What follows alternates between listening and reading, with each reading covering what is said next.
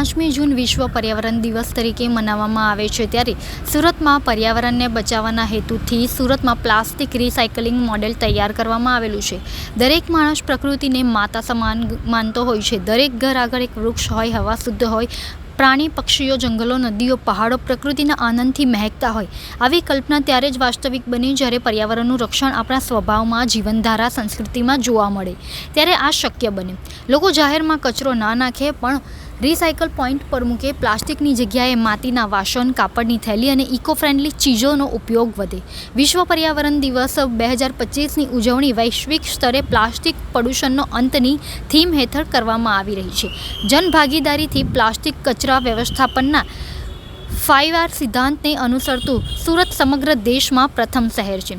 5R એટલે refuse, reduce, repair, recycle અને રિયુઝના સિદ્ધાંતને અનુસરી શહેરે પર્યાવરણ સંરક્ષણની દિશામાં ગતિને વધુ તેજ કરી છે. પ્લાસ્ટિકને કચરામાં ફેંકવામાં આવે ત્યારે તેના વિઘટનમાં 400થી 1000 વર્ષ જેટલો સમય લાગે છે. જીવસૃષ્ટિને ગંભીર નુકસાન પહોંચાડતા પ્લાસ્ટિકના નિકાલ માટે રિસાયકલિંગ એક અનિવાર્ય ઉપાય છે. સુરત મહાનગરપાલિકા દ્વારા અંદાજિત 2025થી વધુ મેટ્રિક ટન પ્લાસ્ટિકને રિસાયકલિંગ અને રિયુઝ કરી અડાજણ, પીપલોદ, વરાછા, ઉધના, કતારગામ સહિતની 29 સ્થળોએ કુલ 38 કિલોમીટરના રોડ બનાવાયા છે. છેલ્લા 8 વર્ષમાં સુરત મનપાએ અંદાજિત 6 લાખ મેટ્રિક ટન પ્લાસ્ટિકને રિસાયકલ કરીને રોડ બનાવવામાં ઉપયોગ કર્યો છે. પ્લાસ્ટિક નોન ડિગ્રેડેબલ હોવાથી હજારો વર્ષ સુધી નષ્ટ થતું નથી. એટલે પ્લાસ્ટિકના રોડ બનાવી પર્યાવરણીય પ્રદૂષણને અટકાવવાના પ્રયાસો કરવામાં આવી રહ્યા છે.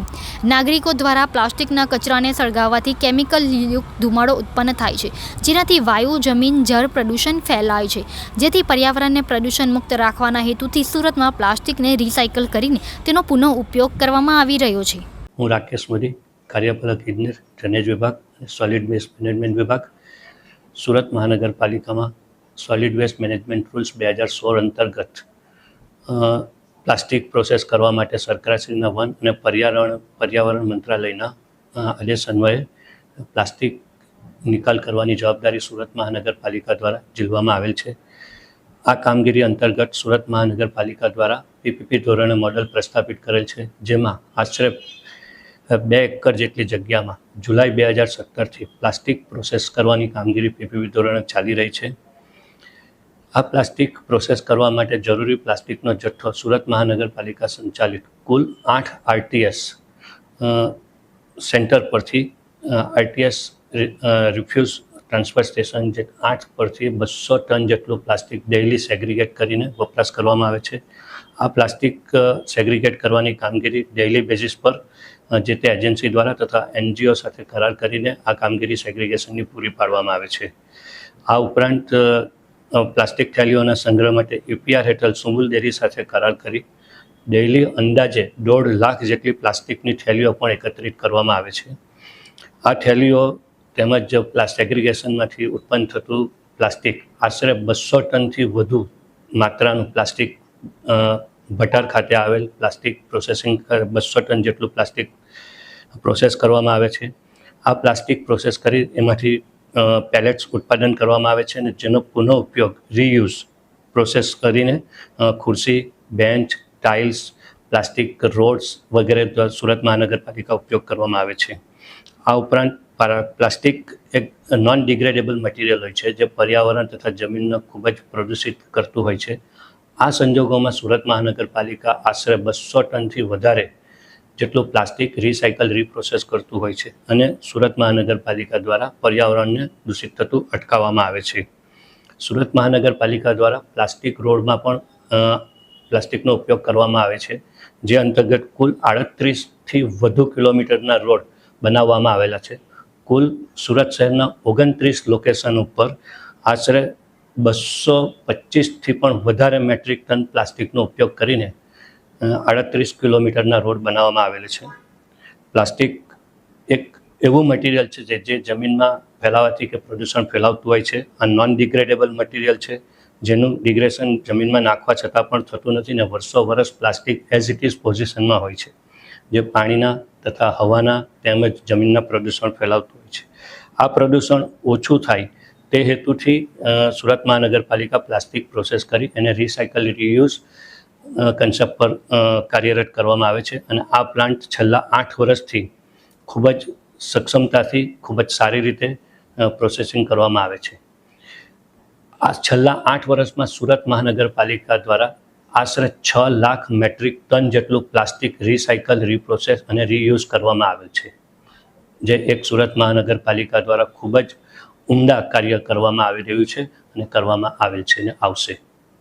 સુરત મહાનગરપાલિકા ભારત દેશમાં સૌપ્રથમ સુરત મહાનગરપાલિકા છે જે સૌપ્રથમ 5R કન્સેપ્ટથી પ્લાસ્ટિકનું પ્રોસેસ તેમજ ડિસ્પોઝલ કરતી સંસ્થા છે. 5R concept: refuse, reduce, repair, recycle and reuse. Surat મહાનગરપાલિકા દેશની સૌપ્રથમ મહાનગરપાલિકા 5R કન્સેપ્ટથી પ્લાસ્ટિક પ્રોસેસિંગ કરતી આવી છે. સુરત મહાનગરપાલિકા દ્વારા પ્લાસ્ટિક રીયુઝ તેમજ રિસાયકલ કન્સેપ્ટ હેઠળ હાલમાં જ ઘોડદોડ રોડ ખાતે મજુરા ફાયર સ્ટેશનથી પાર્લે પોઈન્ટ જંકશન સુધીના રસ્તાને પ્લાસ્ટિક રસ્તા બનાવવાની કામગીરી પૂર્ણ કરવામાં આવેલ છે. તદુપરાંત હાલમાં VIP રોડ ખાતે ખાટુશ્યામ મંદિરથી ગેલ કોલોની સુધી સર્વિસ રોડની કામગીરી પણ હાલમાં જ ગઈકાલ સુધી કાર્યરત હતી, જે આજરોજ BC મારી કાર્પેટ કરવાની કામગીરી ચાલુ છે. આમ સુરત મહાનગરપાલિકા દ્વારા એકદમ નજીક રિસન્ટ સમયમાં 2 રોડની પ્લાસ્ટિક રોડ બનાવવાની કામગીરી પૂર્ણ કરવામાં આવેલી છે. પ્લાસ્ટિકનો રોડ મટીરિયલ કે અન્ય રિસાયકલ, રીયુઝ કરવાથી જમીનમાં નાખવાથી એનું નોન ડિગ્રેડેબલ મટીરિયલ હોવાથી પર્યાવરણ અટકાવવામાં આવે છે. તેમજ જનતા દ્વારા પ્લાસ્ટિક વસ્તુઓ બાળવાથી કેમિકલ ધુમાડો ઉત્પન્ન થાય છે અને આ વાયુ પ્રદૂષણ તેમજ જળ પ્રદૂષણ તેમજ જમીન પ્રદૂષણ પેદા થતું હોય છે.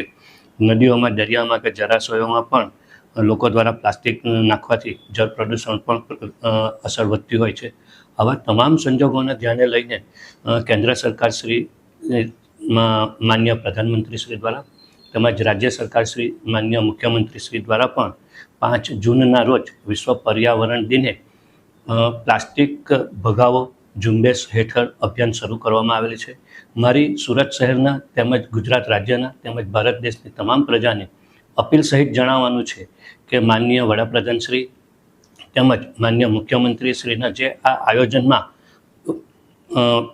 આયોજનના યજ્ઞરૂપી આપણે પણ પ્લાસ્ટિક ભગાવે, પ્લાસ્ટિકનો યુઝ થતો અટકાવી આપણે પોતાનો પણ આ હવન, આ યજ્ઞમાં આપણું પોતાનું યોગદાન સામેલ કરીએ તેવી મારી સુરત શહેર તેમજ ગુજરાત રાજ્ય તથા ભારત દેશની પ્રજાને નમ્ર અપીલ સહિત જણાવવાનું